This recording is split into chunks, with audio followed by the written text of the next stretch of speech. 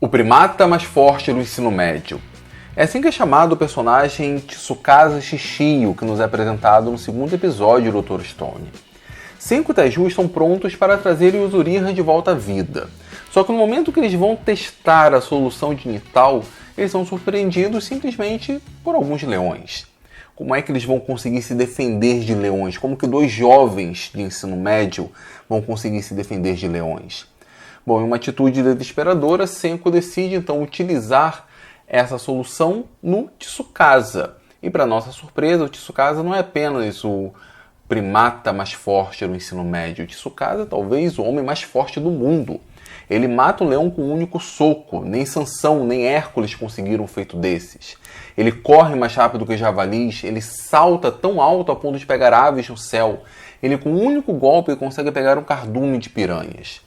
Com toda certeza, agora com Tsukasa na equipe, esses jovens conseguem atingir níveis muito maiores. A mente brilhante de Senku, a resistência de Taiju e a força de Tsukasa fazem com que eles, com toda certeza, venham expandir muito mais o reino da ciência. Acontece que agora, com um acesso muito maior à carne vermelha, muito maior a proteínas, eles vão precisar conservar essa carne por mais tempo. Óbvio, não tem geladeiras à sua disposição. E é nesse ponto que o anime nos mostra uma técnica que já foi muito utilizada pela humanidade. Hoje nós utilizamos simplesmente porque talvez gostamos das características que ela dá à carne. Mas durante muito tempo era a única técnica possível para conservar alimentos, que é a defumação. A defumação, em essência, é deixar a carne em contato com a fumaça. E a fumaça vai dar algumas características dessa carne, um gosto diferente, um aroma diferente, um aspecto diferente que muitas pessoas gostam, muitas pessoas apreciam. Eu particularmente não gosto tanto. Isso acontece, essa capacidade de preservar a carne, porque ao entrar em contato com a fumaça pode ocorrer a desidratação da carne. Uma carne desidratada dura mais tempo, afinal os micro-organismos precisam de água para sobreviver. Mas também em contato com a fumaça da carne, temos ali algumas substâncias com características antissépticas, como é o caso do aldeído que o próprio Senku cita no anime. Além dos aldeídos, nós temos os álcools, várias substâncias que têm exatamente o poder de matar os micro-organismos. Temos alguns ésteres que conferem cor, sabor, um aspecto característico à carne. Por exemplo, se você já comeu churrasco de uma churrasqueira elétrica, deve ter notado que o gosto é bem diferente. Isso porque a fumaça que vem do carvão confere à carne uma textura, um gosto, uma coloração bem distinta. Essa fumaça, apesar de ter algumas substâncias que são favoráveis para a manutenção da carne por mais tempo, também contém outras substâncias muito perigosas, como é o caso dos benzopirenos, que tem um grande poder carcinogênico. Então, quando nós consumimos carne vermelha, carne de uma forma geral, ou qualquer alimento defumado, temos sim esse risco associado, incluindo o próprio churrasco. E agora que o alimento não é mais problema, a proteína não é mais problema, o Senku começa então a planejar como construir o seu reino da ciência. E ele fala que para termos uma sociedade tecnológica, a substância mais fundamental não é nem o ferro, como proposto pelo próprio Tsukasa, ou muito menos o smartphone proposto pelo Taiju, mas sim o carbonato de cálcio. O carbonato de cálcio é um sal bem comum, ele é um dos principais constituintes do mármore, por exemplo. O Senku, entretanto, obtém o carbonato de cálcio a partir das conchas. As conchas não são apenas carbonato de cálcio, temos ali uma mistura de carbonato de cálcio com algumas proteínas. São essas proteínas que conferem aquela característica lisa das conchas. Se alguém já viu alguma concha, vê que a parte interna dela é lisa, é por conta de algumas proteínas. Mas sim, as conchas são excelentes fontes de carbonato de cálcio. O anime comete um equívoco chamando o carbonato de cálcio de cal. Na verdade, o que nós chamamos de cal é o óxido de cálcio, uma substância com características bem parecidas com o carbonato de cálcio, mas não é o carbonato de cálcio. E ele fala que o carbonato de cálcio é extremamente útil graças a 4 características que nós podemos encontrar nele. A primeira delas é a possibilidade de regular o solo. Para quem estudou um pouco de química, sabe que o carbonato ele tem características básicas. Então, se o solo estiver muito ácido, o carbonato vai interagir com os íons H+, né, o que faz com que o solo esteja ácido, e com isso ele regula o pH e, portanto, o processo de agricultura fica extremamente mais favorável. A segunda característica é produzir argamassa. A argamassa, o cimento, é essencialmente silicato de cálcio. Então o carbonato de cálcio vai fornecer o cálcio. O silicato ele é um pouco mais complexo de ser obtido. A melhor fonte de silicato seria a argila. Então, se misturarmos argila com carbonato de cálcio, poderíamos ter ali uma argamassa mais fácil de ser produzida.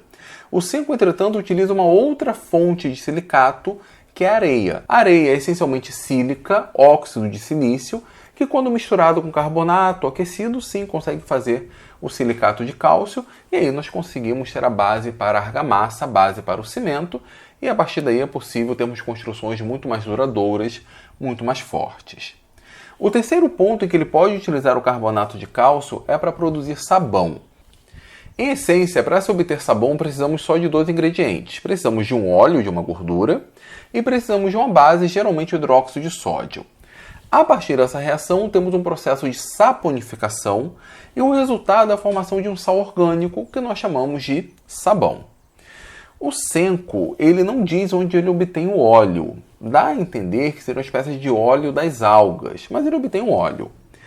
Esse óleo pode reagir com carbonato? Pode. O carbonato, como disse, tem características básicas. Hoje, como nós temos acesso ao hidróxido de sódio e hidróxido de potássio, fazemos essa reação com hidróxido, mas nem sempre foi possível. Então imagine na antiguidade, onde não se conhecia, ainda não era produzido o hidróxido de sódio, como que ele obtinha, por exemplo, sabão? Talvez misturando ali um pouco de carbonato, realmente, com algumas cinzas.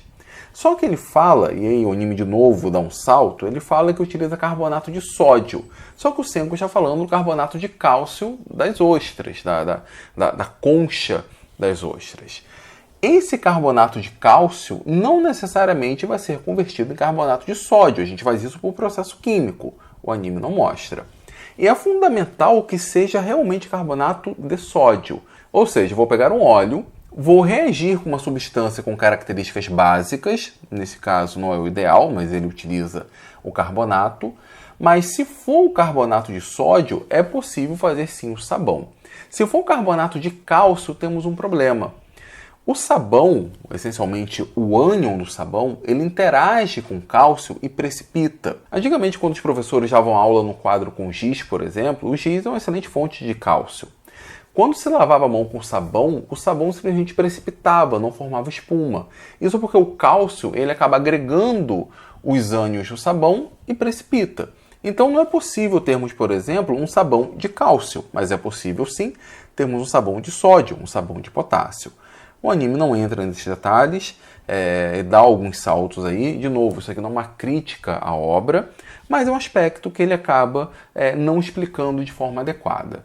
De qualquer maneira, o carbonato de cálcio vai servir sim para corrigir o solo, vai ajudar a produzir argamassa, de certa forma vai produzir sabão, porém a quarta forma que o Senco inicialmente diz que pode utilizar o carbonato de cálcio, ele não revela.